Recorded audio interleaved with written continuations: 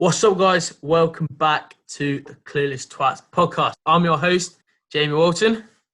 Well, And this is episode 3. We've got a special guest today who'll be coming online in a minute. I've just sent him the password, the information for the podcast. Just waiting for him to join. But before we get into that, first thing we're going to hit, we're looking at Will. Think sports? yeah, we're going to talk a tiny bit about the coronavirus. That's the one. The German scores. Have you looked at them, Jamie? No. All right. Right, I'm going to read them out and you're going to try and guess and see how accurate you are. See if you know anything about the German league, all right? No, I don't. Yeah. Huh? Dortmund against Schalke. Dortmund 2, Schalke 0. 4-0. 4-0? I thought Schalke were good. They are, but... Okay. Augsburg, I think that's how you pronounce it, against Wolfsburg. Wolfsburg 0. Nah, 2-1 to Wolfsburg, though. All right, Dusseldorf against Paderborn. Dusseldorf 1-0. Nah, 0-0. Really? Yeah. Leipzig, Freiburg. Never heard of any, so just going to guess 0-0. 1-0. Draw, though. Hoffenheim, Hertha Berlin. The other team 1-0. Not Berlin. 3-0, yeah. So, 3-0. Berlin won 3-0, yeah. Oh, did they? Yeah. Right, Oh. Frankfurt versus Borussia Mönchengladbach. The second team 2-0. 3-1. So same difference. Now today's 2 games. Cologne against Mainz. Mainz 1-0. 2-2 draw. And now lastly, Union Berlin against Bayern Munich. Bayern Munich 4-0. 2-0. Ooh, 2-0. 2-0. It's the win. Bayern Munich are crap, aren't they? Tiny bit harsh on them. Have you seen Better job from Bradley Town. Haaland's celebration? No. Oh, he scored the first goal, like the first goal behind closed doors ever. Because teammates have to social distance. Yeah. Actions, but free kicks all stood in the wall together, but celebration have to social distance. All stood there looking at him, and he just goes like this. So I was going to get added to FIFA and wind so many people up. Just the old. Yeah, literally. Right, next week I think we do the same thing because Germany will still be happening, and this time I won't look at them. You'll do the same sort of thing. All right. Ciao. All right. Coronavirus. Yeah. Are we going to talk about it or not? Briefly. All right. Fine. What do you want to say? You said you had something to say. Yeah, I'm not sure about it now, but okay. My whole point is though. Go Oh, Lyndan's here. I'm going to accept. Hey. Oh. There we go. Look at him. I can't see him. Legend. I've no idea what it looks like, so this is quite a thing for me. Right, so carry on. So what were you going to say? Just say it. The whole point is, I'm thinking, still very well keeping us in lockdown and trying to keep us safe from all these deaths. Yep. But as soon as we lift this lockdown, the virus is still going to be there. So what's Yeah. do you get what I'm saying? Yeah. I don't know. Though. I think it's going to take longer to get out of lockdown now because some absolute nutcases in London decided to go out on a jolly and say, oh, coronavirus is fake, you're taking away our social rights. Yeah, well, it's worse than Yorkshire. London's actually quite good in terms of... Is it? Yeah, Yorkshire... There was a big thing in Hyde Park today, I think it was, and I was quite shocked when I watched the news thingy on it, and the police showed up in their police kit. No mask, no gloves, they had absolutely nothing. Police? Yeah, and they went to go and arrest them and detain them, and they had nothing. I was shocked. All right. I mean, Yes. you expect that. I had to wear a mask today for the first time. Really? Yeah, I was pushing my granddad around the park. I still haven't worn a mask. I wear gloves to go shopping. What was that? I missed all that. I wear gloves to go shopping, but I haven't worn a mask yet. My masks are coming next week. My grandma made me one. Got it down. I'm not going to get it. It's nice-ish. Yeah. All right. Well, now leaving that behind, the boring stuff. Let's move into today's guest. He's an artist, a drummer in the band Crude Virtue from Manchester. If you haven't watched him, go and check him out on Spotify, Amazon Music, Apple Music. anything YouTube. Go Over check it out. 1,000 listens for his top song. Brilliant. Really? Which one's that? I don't think we can say the name, to be honest. No, probably not. But yeah, go check it out. He's also he has a record company, which is more of an advertising company called Astra Records. So go check them out as well on Facebook. He has it. He's partly the owner of it. Part of the ownership. Oh wow, fair play. Yeah. Anyway, so here we have Lyndan Ashworth. If he'll unmute himself and turn his camera on. Hey, hello, boys. Oh, Lyndan. You alright, guys? I'm good. Wow. Awesome. So I think we're going to start with Lyndan, unless he has anything else to say, any questions for me. Going to start with him telling a bit of a life story. Yeah, sure. So, as you guys know, I'm Lyndan. Come from Manchester, originally from Salford, but moved up into Oldham. But yeah, like these boys have been saying, I'm the drummer for Crude Virtue, Manchester-based band, and I own part of Astra Records. I'm the events manager, so I sort all the jazzy bits. I'm pretty much the front line of the company, getting local artists and stuff like that on. So yeah, I'm 18 years old, and my life's been quite interesting to say the least. Come from a couple of council estates around in Manchester, around in Oldham. Moved about quite a lot in Oldham, but yeah, now I live in a place called Shulver, and it's a lot more quieter. Not when you playing the drums. No, not when I'm playing the drums. When did you start drumming? I started drumming when I was in year 7, so probably when I was about 12 years old. First 6. It just basically came from a music teacher, really. Just as you do in year 7, you're messing around on the keyboards and stuff. And he had a really rubbish drum kit in the back, so just messed about it, messed around as you do. And then the music teacher at the time, he looked like the blonde version of Ed Sheeran. It was really weird. He was like, fuck it, do you want to do a bit of drums? So I was like, yeah, go on then, give it a bit. Taught me a little bit of the basics, and from there I just progressed and kept building it on. So you mainly self-taught? Fair enough. What do you say, sorry? Are you mainly self-taught, or did you have lessons? I'm self-taught with everything. I do get a bit of help along the way with some things, and I do have some bits that I do all things, so I might have learnt something from another person, and just put them together like that. Nice.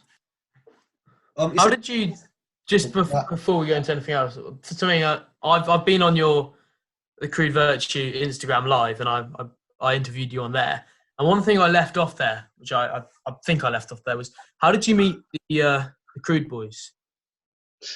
Right, so it was August last year, and basically my old band, Door 5, we've supported them when they were playing at Manchester Academy last year.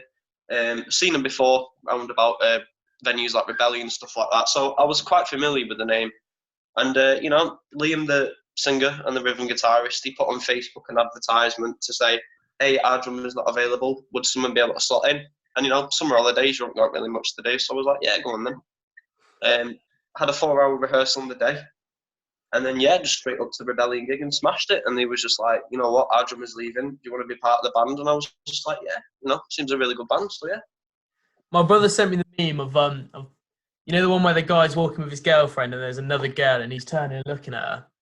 And my brother said it was Lyndan, Door 5, and then Crude Virtue. I thought it was so funny. Did you just completely leave your old band when you joined Crude?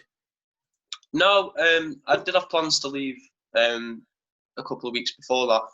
It was just complications in the band. It just wasn't really for me. I weren't really set out for an indie band. I just kind of was trying to find my own path and stuff. Been quite a few bands actually this past year. Been in funk bands, been in rock bands, been in indie bands, you name it. But yeah, I felt like this was definitely the right place to be. You described yourself to me before. Right, guys, unfortunately we had to cut that there because my laptop was playing up so much that it just wasn't working. The sound was all laggy and the picture was all laggy. However, we re-continued it on Molten's laptop and it all went fine, so here's the rest of the interview. Something I want to do quite a lot on this, which I'm trying to find the right people to interview for it, is a difficult part of your life that you've overcome to try and help people in the same situation. Could you give us one of those? Yeah, so as you guys know, I'm Lyndan from Crude Virtue, and I'm also the partnership for Astra Records. A tough time in my life. Oh God, there's been quite a few. To pick one, I think school for me was quite the hardest moment of my life. I think going through the stages of school, I didn't really do very well. Struggled a lot with it, pissed around a lot, and just kind of did my own thing. Really, I didn't really like the idea of school or stuff like that. So yeah, I think school for me was definitely 100% the fucking worst thing to come over. Really, as quick as it went, it was really terrible for the school that I went to. But yeah. All right. Can you tell us about what did you do to make it bearable? I think music for me, just chilling around in the music department and, doing what I did with music, with drums and stuff like that. I think that definitely helped out a lot, Break came around, all the people just go out and get food. I'd get my food quickly from the canteen and just literally just go up to music and just start bashing the drums for 10, 15 minutes. Same with the So yeah, I definitely think music's got a lot to contribute to that. Oh, my laptop. How did you get into music? How did I get into music? I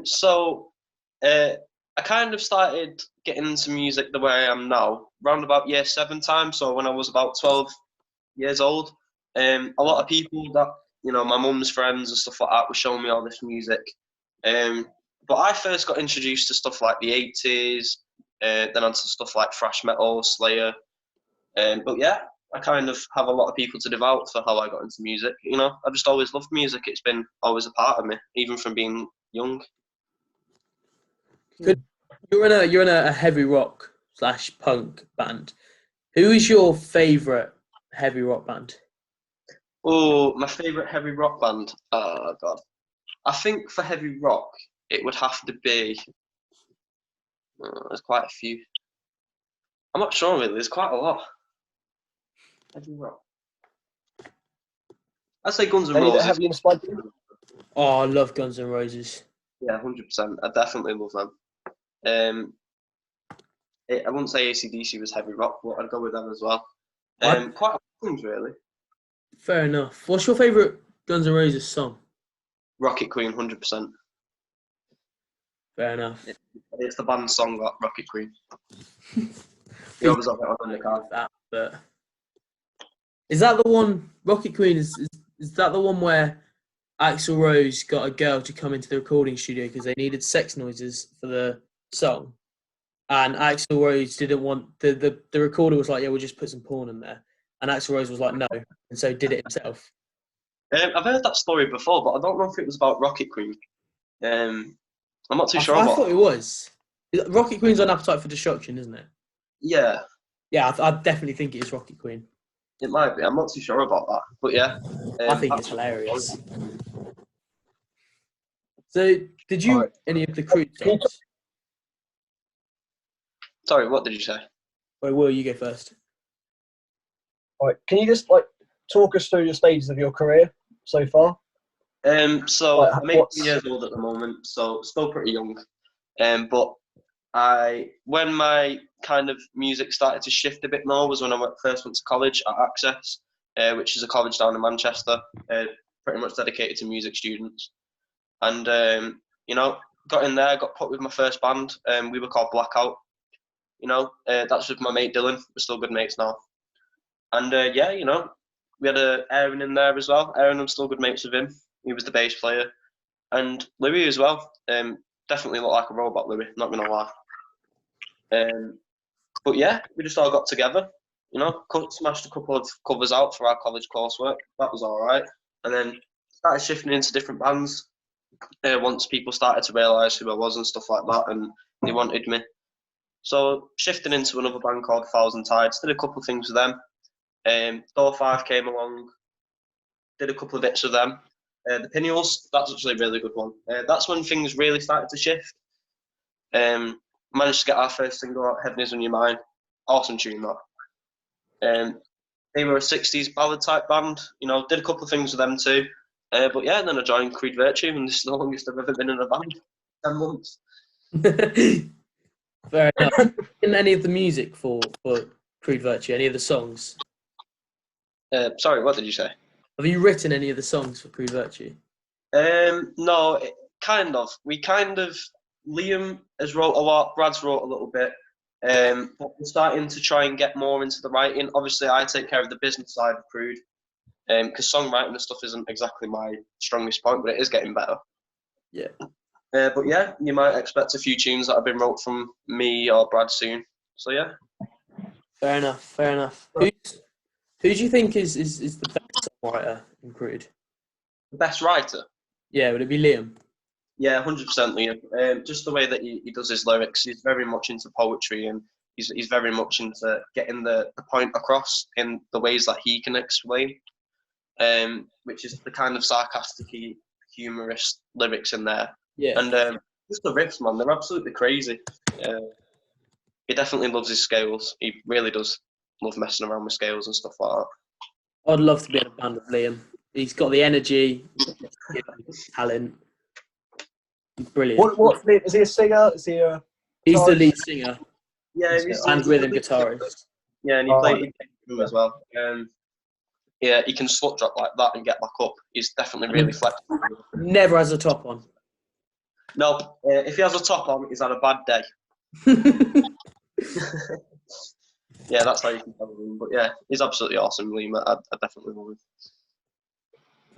For the drum nerds out there, what drum kit do you have, or what do you work best with? Ooh, currently, I have the Pearl Crystal Clear drum kit. It's an absolutely amazing drum kit, and it's just a beauty to have. Hopefully getting some lights for it soon. Get some lights put in there. Why not? But yeah, it's an amazing drum kit, and Pearl did a really good job on it, if I'm honest. It's amazing. Worth $1.5 grand. Charlie said when he saw yours, he immediately just wanted it. Yeah, it is. It's absolutely beautiful. Just there's no words to describe it. It sounds absolutely awesome too. But yeah. Fair enough. What was your main reason for switching from band to band? Just they were getting better. What sort of music? I like experimenting with a lot of music, but I don't know. I kind of didn't really feel at home with the bands I did, but I didn't like. It was cool what we were doing, but things just weren't going in the direction that I wanted them to. So yeah, I mean, it was just the right place at the right time every time, really. The reason why I've been in different bands. All right, that makes sense. Yeah. Fair enough. So do you think that Crude is really where your heart is, where you're going to stay? Because from what I've seen of Crude through Astra mainly, is quite a lot of success for such young musicians. You know, you're playing in front of decent sized audiences. You've got Amazon Music, your own songs on Amazon Music. It's brilliant. Is that where you're looking to go forward with them, or are you looking to move to another genre at any point? I don't have any plans to move bands. There's no real reason to. I'm quite happy with where I'm at now. We've got some big things planned up with Crude when all this stuff's over. We're hopefully looking to go on tour. We're doing a little tour. We're looking to get our music video out, which we're starting to plan and prepare for now. Yeah, I don't really see any reason why to leave Crude, but who knows what the future's like, and let's just hope it's a good one. Yeah. Oh, you know the Snapchat you sent me? Bit off topic. Yeah. The one you sent Lyndan. You said what was there's the two stages of talking. What were they about? Yeah. Let me have a look. Yeah. I think we should go on to the second one now. Yeah. Yeah. This is another one of our sort of pre-planned ideas which just doesn't work. So yeah, just talking about the hard point in his life, which was the thingy, and then the music, and we pretty much just questioned him on the music. We haven't really let him get into it. So if you want to talk a bit about Astra Records was one thing, because Charlie, obviously he came on last week. He spoke quite a lot about Astra Records and rated them quite highly and said what they were doing. And one thing I would quite like to hear about is the concert that Astra organised yesterday. because I watched some of that and I thought it was brilliant. I only managed to watch Taya's, Charlie's, and Brad's, but I thought it was brilliant. Lyndan, were you in it? Sorry, what did you say? Were you in that concert or not? No, I The Astra. basically just sorted it all out and brought everyone together and just sorted all the behind the stages bits. But yeah, like you guys have been saying about yesterday, that's just something on my behalf, which I thought, you know what, right? There's always a way around things. No, you might not be able to go out and play music, but there's a platform that you can all enjoy, get together and play in front of a live audience. You don't have to actually move from your own house to play live music. A lot of inspiration from that came from Rock the Lockdown, if you've heard about that on Facebook. Yeah. A bit of inspiration came from that. But yeah, Astra Records has always been, since it started up in December, from me being from a band and stuff, a platform where artists can come together without all the nasty stuff that comes with, like some promoters, like the ties in between, the pay that's absolutely rubbish, and you just get treated like shit sometimes. But I wanted to kind of make a platform for local artists and bands that are looking to play in Manchester and other surrounding areas soon, you know, just to get up there and really do something with the music career. It's a good community at the moment. We've got quite a good, decent sized following, and a lot of people wanting to do things with us. But yeah, that's what Astra's about. It's about getting local music out there and to really get people pushed and really get them going. Right, does Crude Virtue, is it Crude Virtue? Yep. Yeah. Are they with Astra Records or are they with another company? As Charlie said last week, Astra Records isn't at a point where it can kind of sign bands on. What we can do is come up with agreements that allow, say, if we think a band is great and we want to work with them in future, we can kind of put a stepping stone in there and be like, right, we'll give you an agreement. We'll give you 3 headlining shows plus support gigs, and maybe we'll throw a little bit of a gig in a different city. But it's not at that point where we can bring artists with us and set them out. So tours, studio time, mass gigs. There's just not enough resources at the moment to do that. But yeah, that's something we're looking to do in the future. How long do you think it'll be before you can do that? With the way things are going, we're talking early next year. Maybe we can start getting them sorting things in. That's quite soon, actually. Fast growing. Yeah. With all, to believe it or not, as bad as lockdown's been, it's been quite a busy time for Astra Records, for me especially. There's been so much networking, and I've been talking to so many different bands and people that know other people, and that's obviously built up this thing here, which is my contacts book. It's got all the venues, contacts, and everything in there. It's 100%. It's just made that a lot more bigger. So yeah, obviously the bad thing about this lockdown is that we're not making any money. But once we do get out, I think it is going to just explode. Have you got anyone so far for Astra Records who's just made like a lump sum donation or not? No, we've not really asked for money, really. I think we're in a pretty stable position where we don't have to ask for money. Yeah, that's good. Would you That's nice.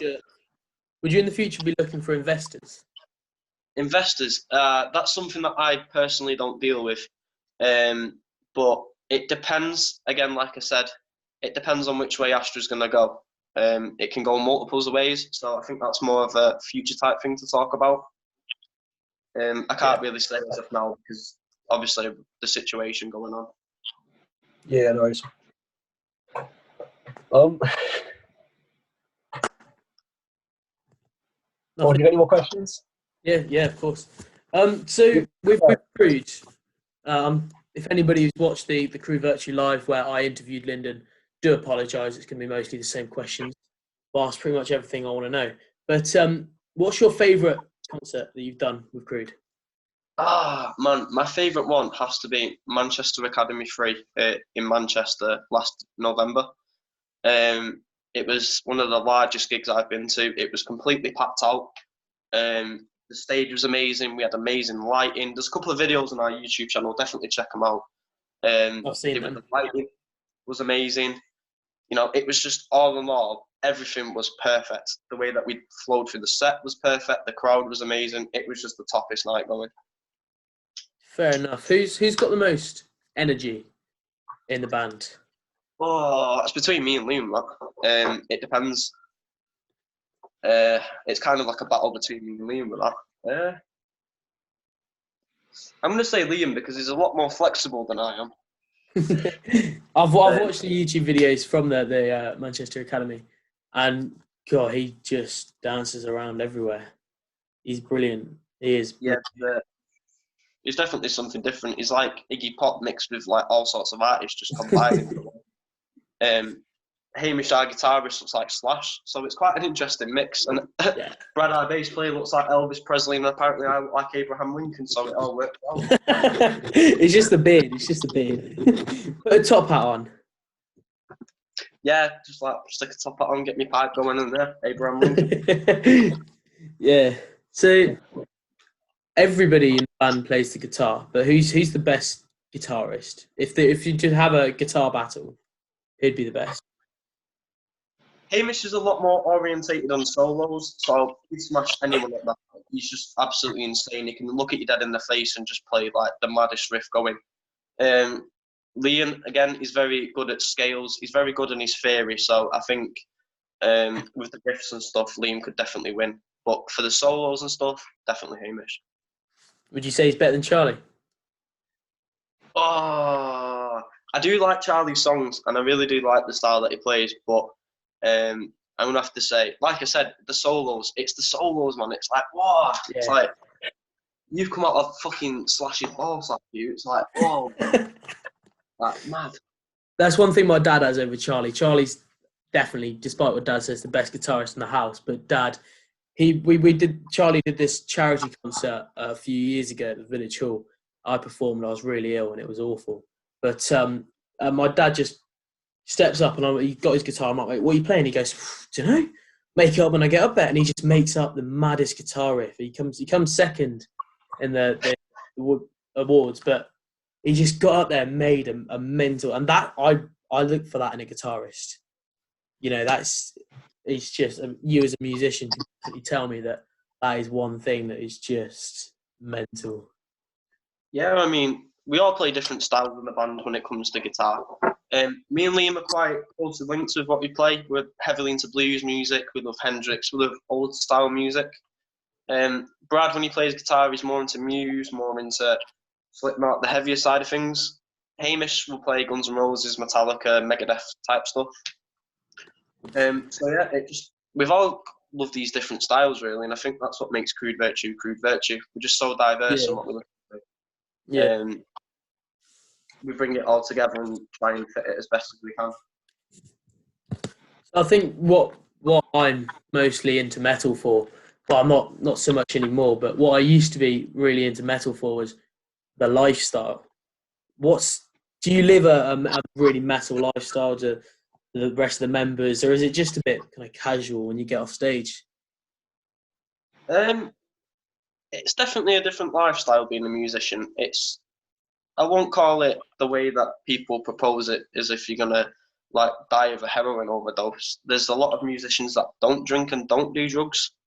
Liam being one of them, he doesn't even touch alcohol.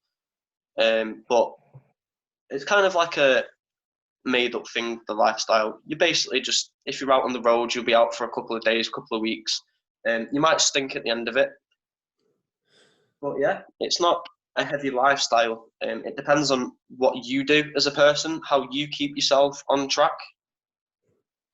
You get the bad days doing gigs and you get the good days doing gigs and stuff like that. But yeah, after we get off stage and stuff, we just watch the other bands, have a drink, and just chill out, talk to all the other people as well.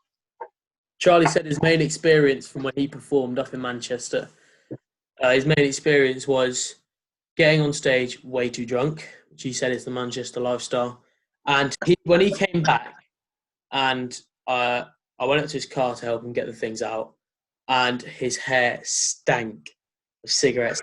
He washed it 5 or 6 times, and he doesn't smoke or anything. It's all from somebody else. Wonder who that is. But man whose house he stayed at, he just absolutely stank of it for ages. And that's his idea of the rock star lifestyle for Crude Virtue. No, that's just been a northern. Beer, cigs, and just general shit. It's just me and my mum both smoke in the house, so it's it's just the lifestyle that we live. What's the maddest moment that you've had? Like, if you've got too drunk after a gig, what's the most mental thing that you think you can remember you've done? Well, I actually the Friday before Charlie came down for the Manchester gig, I played a gig with Crude Virtue in West Didsbury in a pub, quite a decent pub, you know. Had a few acts on, and we was the last band on, but there was one more artist after us, and they give you riders, which means basically they give you tokens to get pints of beer. I was going up drinking, you know, just like that, and then we get on. I'm like, I'm arsehole. So I'm like, on stage, I'm like, giving it all that. There's actually a really good photo of me that night. But yeah, just absolutely played, smashed off my tits. Like, I don't understand how I did it.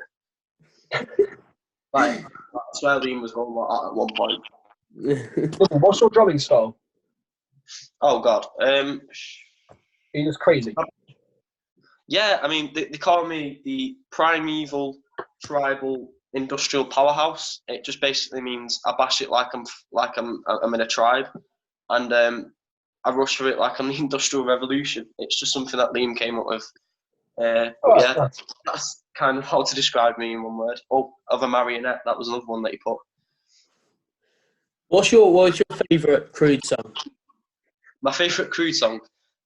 We actually, before the lockdown, we kind of changed one of the songs, and I'm not going to give away too much because it's going to be kind of like a surprise. We kind of took a little bit of a different direction to what we usually do. For simple reasons of we want to mix it up a little bit, we want to get a little bit more going. So it is a bit more heavier than what we usually do, but there's a lot more technique involved with it. I think of that one, but I think the one that we've already got out, 100% Sex.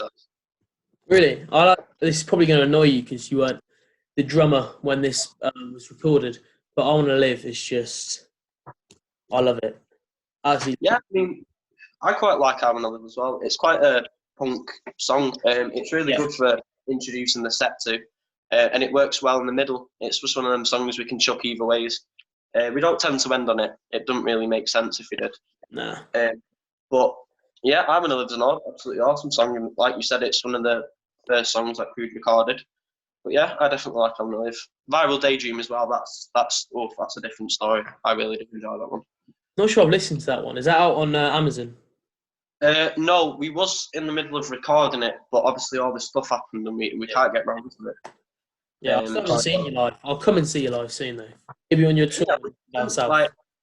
Like I said, we've got quite a bit coming up in the next couple of months to do with playing in different places. I'm not going to give away too much, but we'll be going up north and we'll be going down south. So hopefully we can get something sorted out. Is Astra Records helping you with that one? No, that's actually my own band. That. Fair enough. But the link have come from Astra Records, believe it or not. Have you got any sort of like your band just go-to song?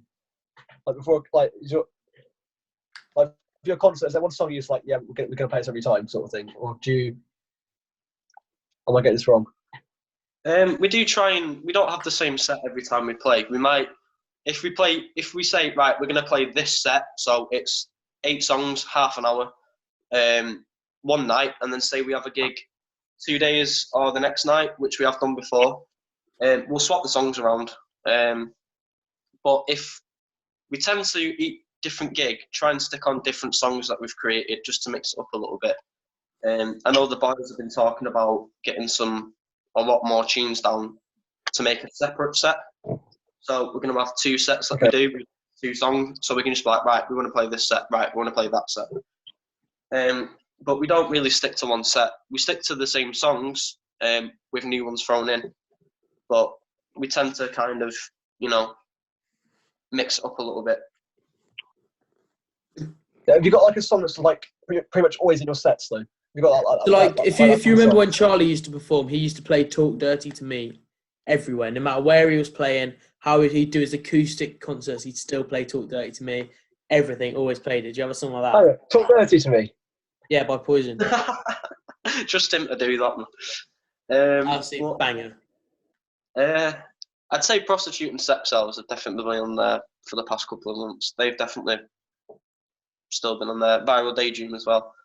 Them three definitely have still been on the set. I think one question that a musician gets asked a lot is, where would you see yourself now if you didn't become a musician? See, this is an Astra Records question, so I know how to answer it. Is it?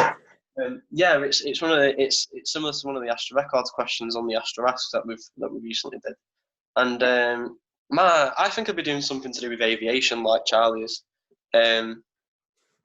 Like him, I'm very much into aviation, and I do enjoy it doing flight simulators and stuff in my spare time. Yeah, when I was watching the show just before we came on here, when I decided that instead of doing it half, we can do it at 9 because I wanted to watch my show, Charlie was like, "You're all right, Lyndan's on Infinite Flight Simulator anyway."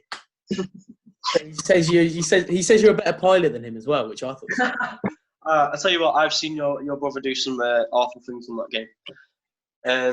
But yeah, it's just kind of like a leisure thing for me, just chill out, maybe have a beer and have a fly.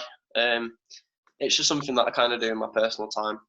But yeah, aviation, maybe something to do with... I could have ended up being a chef. I do like cooking. I do enjoy cooking. Oh, could have gone that route as well. So yeah. Charlie said that when he went to Manchester, you'd just grab whatever was left in the fridge and make an amazing meal out of it. At the end of the day, whatever's in the freezer's fridge, you can cook up anything these days. It's just, you'll never go hungry up here. You'll always have something like... I know in Ireland, they absolutely love giving people mashed potato. Manchester, it's kind of the same, but we love to feed people and make sure people are well looked after. But yeah, just fucking whatever in the cupboard, just have a look around, right? Throw it all together. Again, just the lifestyle that I live. Apart from music, what was like another big part of your life? Oh,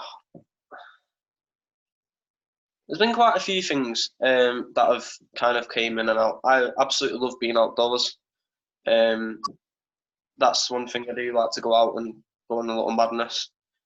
I quite like travelling. That's okay. I don't mind doing a bit of travelling. That's why I like flying. Music, that's one. Cooking, I like cooking, like I said. I do like gaming now and again. I'm really into like strategic games, so like Hearts of Iron and Crusaders maybe. Definitely a bit of a gamer there. But yeah, just apart from that, just moping around really, just trying to find something to do. Yeah. So I've noticed, just in this interview is the first time I've noticed, but you have a tattoo. What does it mean to you? Oh, that. Basically what it is it's a devil playing a double bass with a cigarette in his mouth, and it just basically means to me, I'm a massive lover of blues music, like I've said before, and first tattoo, get something that means something to you. I didn't want to be generic and get Clocks or the Manchester Bee, no offence to anyone who does have that. But yeah, that was kind of like a cool idea that my mum's mate drew up for me. Yeah, Devil's blues music, that's all it means. It ties back to the Robert Johnson legend. I've always wanted to get a tattoo and I just can't think what I'd get. And I've still got 2 years until I can get one without parents' permission, but my dad already said that he doesn't care. But I just can't think of something special enough to me. And so I'm always so intrigued when someone's got a tattoo, just what does it mean to you? Yeah, I mean, just, don't rush it, because you don't want to end up with something stupid for the rest of your life. I mean, I've seen people around here with "Hold 'em till I die" on the red. There's been some, you don't want to end up on tattoo fixes. So yeah, just wait out and just see what ideas you come up with. I mean, I've already got my second tattoo idea. It's going to be the fist from Rage Against the Machine. Again, that means something to me. Freedom. I quite like the idea of that and the way that they were. So yeah. Well, let's have Nice. any more questions. No, I think we're sort of pushing it time-wise as well. Yeah, Linda, have you got anything to ask us? 40 minutes Zoom meeting. Yeah. Any last word? All right. So just before we go, we're changing a segment of our podcast so that instead of me or Will choosing the person of the week, we're gonna get the guest to choose it. I have told him beforehand. I'm not just throwing it on him now before you think I'm mean. But Lyndan, who's our man of the week or woman of the week? I'm going to invite another Crude Virtue lad up. I'm going to invite Liam Rust up. Fair enough. Nice. Well, Fair enough. All right. and well, brings us to the end of our podcast. So subscribe, like, go check out Crude Virtue. They are amazing. Yeah, Little good band. I mean, Yeah, thank you for that, boy. if you're under about 10, I wouldn't, but otherwise, go check them out. Thank you so much for coming on, Lyndan. Been a pleasure. What, you think 10-year-olds should be watching it? Huh? Yeah, it might be. So you think 10-year-olds should be watching it? It might be. Oh, yeah. This is the bit of the Right, podcast also, that goes and then me and Will just argue, but I'm going to record it instead. just gonna put 1 second. Like, 1 second, everybody. I apologise that my name was Will Howells that meeting, not Clueless Twats 2. I forgot to change it. I apologise. I forgot to change it as well. I changed it last minute. I know. As soon as I looked at it, I was like, oh, damn it, name's changed. And name's the same. And then I saw you change it that very second. I was like, okay. Yeah, so guys, thank you so much for watching. We think we have somebody in mind for the future. Next week. But Got someone for next week. I'm thinking Luke. Yes. But I'm thinking of writing some footballers and see if any of them will respond and try and be on it. Try it. It'd be so funny. Just Funny, a that was challenge. funny. See how many Yeah. footballers we can get to reply. I'm starting with Jack. Jack Grealish. Yeah, too right. I'm just my gonna- hair slip back. I'm just gonna pin him about the Range Rover crash. You can't. It'd be funny, wouldn't it? Anyway, we're rabbiting on about something no one cares about. So thank you so much for watching. If any of you have any suggestions, so we think we're going to stick with this kind of setup for the podcast, the news, the interview, person of the week, moving on. But if anyone's got any suggestions that they want to see, just tell us any more segments we can add in, anything that you don't want to see, coronavirus updates. But just leave a comment or drop a DM, Jamie_Walton0 as an O. But no, it's a 0, sorry. But yeah, leave a like, subscribe. Thank you so much for watching, and see you next time.